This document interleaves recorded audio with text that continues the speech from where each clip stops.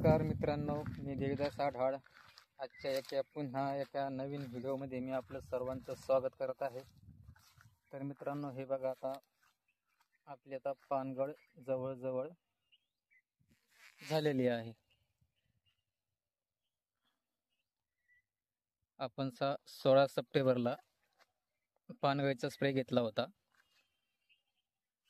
आणि आता पूर्णपणे पानगळ होऊन गेलेली आहे आणि नवीन फुटही फुटत आहे. हे बघा, नवीन फुटण्यासाठी आता सुरुवात झालेली आहे.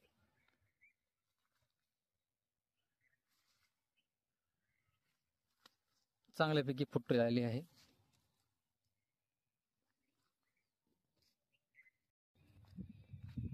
तर मित्रांनो, पानगळीनंतर पहिला स्प्रे कुठला घेतला पाहिजे? तर मित्रांनो, पानगळीनंतरचा जो पहिला स्प्रे असतो तो ठरतो तुमच्या प्लॉटच्या सिच्युएशनवर. आता जसं की आता आपला हस्तबहार आहे, पालवी खाली पडत असताना 2 दिवस पाऊस चालला आणि 2 दिवस पाऊस चालल्यामुळे जमीन ओली झाली आणि जो झाडात जो ताण होता तो ताण पूर्णपणे सुटलेला आहे आणि त्याला पाणी भेटलेलं आहे. प्लॉटला पाणी भेटल्यामुळे काय झालं मित्रांनो, का ही जी पालवी आहे ही अजून 4 ते 5 दिवसानंतर फुटायला लागत होती, पण ती 4 ते 5 दिवस अगोदरच फुटलेली आहे. तर यामुळे काय होतं मित्रांनो, आता ही पालवी अगोदर फुटल्यामुळे आता इथे आपण तसं जर नियमाने जर बघितलं तर पानगळीनंतर जो पहिला स्प्रे असतो तो असतो बोर्डोचा, जेणेकरून आपलं झाड पूर्ण वॉशआउट होऊन जातं आणि पूर्ण सॅनिटाईज होऊन जातं. ज्या ठिकाणी पाला पडलेला असतो त्या ठिकाणच्या जखमा वगैरे ज्या असतात या कॉपरने भरून काढल्या जातात आणि तिथले जे काही बुरशा वगैरे आहेत त्या बुरशा नष्ट केल्या जातात. त्यामुळे आपण बोर्डचा स्प्रे घेतो.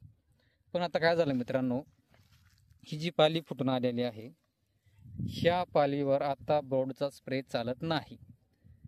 आता जर याच्यावर बोर्डचा स्प्रे घेतला तर ह्या जी नवती आहे ही खूप नाजूक आहे, हिच्यावर स्कॉर्चिंग येण्याची शक्यता ही दाट आहे. त्यामुळे अशा सिच्युएशनला आपण आता बोर्ड किंवा प्लेन कॉपर याचा दोन्हीपैकी कुठलाही स्प्रे आपण आता घेऊ शकत नाही. कॉपर जरी घेतला तरी स्कॉर्चिंग येऊ शकते आणि बोर्डही घेतला तरी स्कॉर्चिंग येऊ शकते. त्यामुळे इथं आता आपण बोर्डचा स्प्रे घेऊ शकत नाही. जोपर्यंत नवीन पाला फुटत नाही त्याच्या आतच बोर्डचा स्प्रे होऊन गेला पाहिजे. एकदा का बाग फुटायला लागली तर आपण बोर्डो घेणे शक्यतो टाळले पाहिजे, जेणेकरून याच्या नुकसान आपल्याला भविष्यात भोगावे लागणार नाही.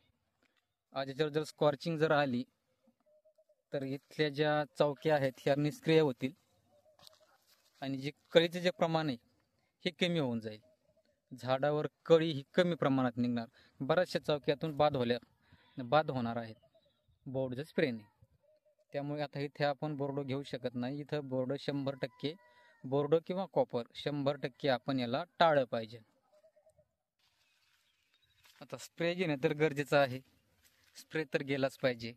मग आता काय केलं पाहिजे मित्रांनो? अशा सिच्युएशनमध्ये एक बेस्ट पर्याय आहे, तो म्हणजे हायड्रोजन पेरॉक्साईड.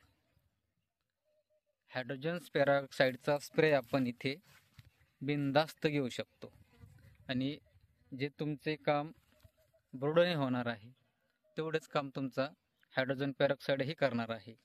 त्यामुळे आता आपण इथे हायड्रोजन पेरॉक्साईडचा स्प्रे निवडलेला आहे आणि आता आपण इथे हायड्रोजन पेरॉक्साईडचा स्प्रे आता घेणार आहोत. आणि मित्रांनो, हा जो प्रॉब्लेम आहे हा प्रॉब्लेम हस्तबहारच्या शेतकऱ्यांना हमखास येतो.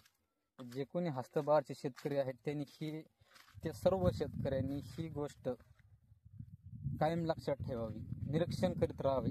बागेत कंडिशन काय आहे त्यानुसारच स्प्रे ठरवावा. नाहीतर काय अचानकच जायचं आणि लगेच स्प्रे घेऊन यायचा आणि मारून द्यायचा आणि नंतर पस्तावा करीत बसायचा, असं मित्रांनो झालं नाही पाहिजे. त्यामुळे स्प्रे निवडताना विचार करून निवडा. डायरेक्टच गेले आणि घेतला आणि मारला असं करू नका.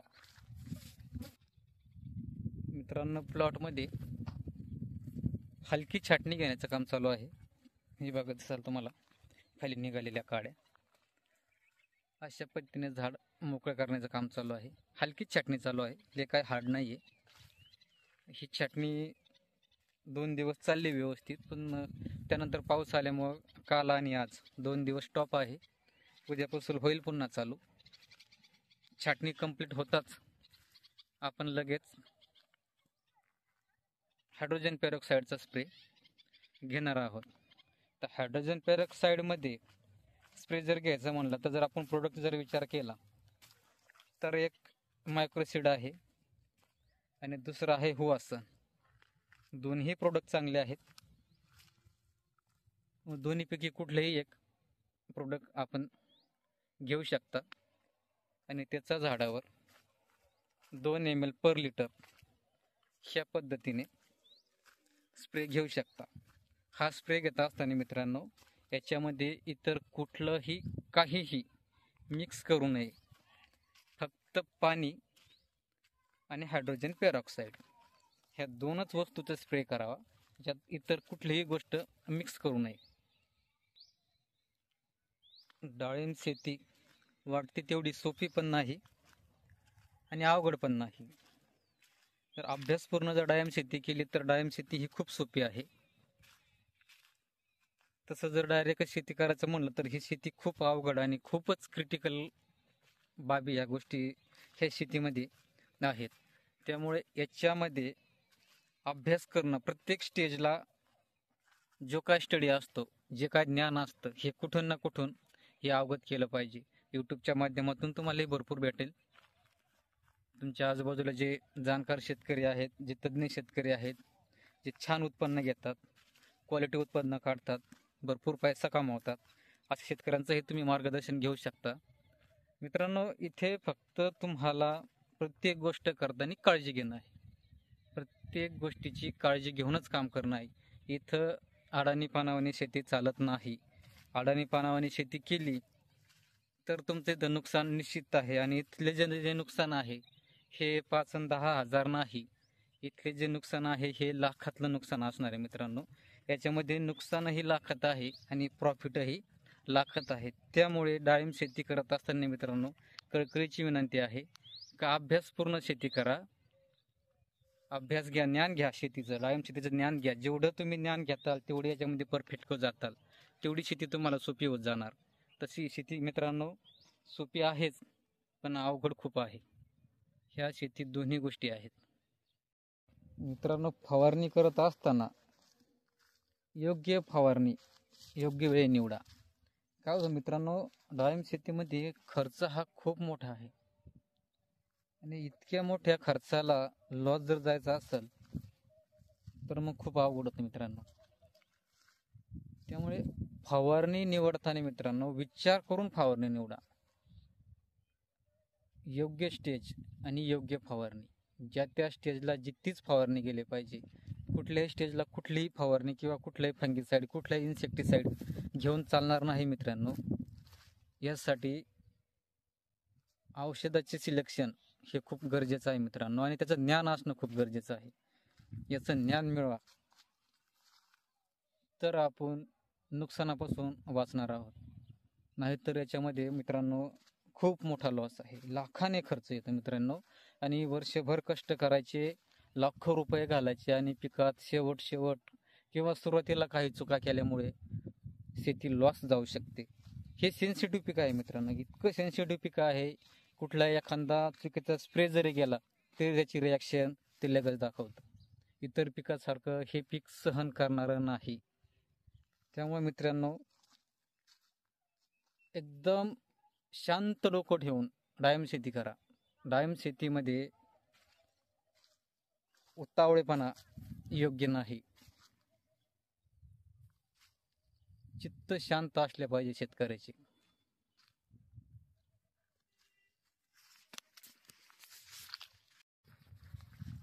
तर मित्रांनो, तुमच्याकडे किती झाडे आहेत, तुमच्या झाडाची संख्या किती आहे, किती क्षेत्र आहे डाळिंबाचे, हे कमेंटमध्ये नक्की सांगा. आणि तुम्ही कुठून माझे व्हिडिओ बघत आहात हे पण सांगा. आणि व्हिडिओ आवडल्यास तेवढं लाईक करा आणि सबस्क्राईब पण करा. तुमच्या झाडाची संख्या टाकण्यास कमेंटमध्ये विसरू नका मित्रांनो. तुम्ही किती झाडं लावले आहेत आणि ते किती वर्षाला आहेत, त्याचा कितवा बहार आहे, हे नक्कीच मित्रांनो कमेंटमध्ये सांगा.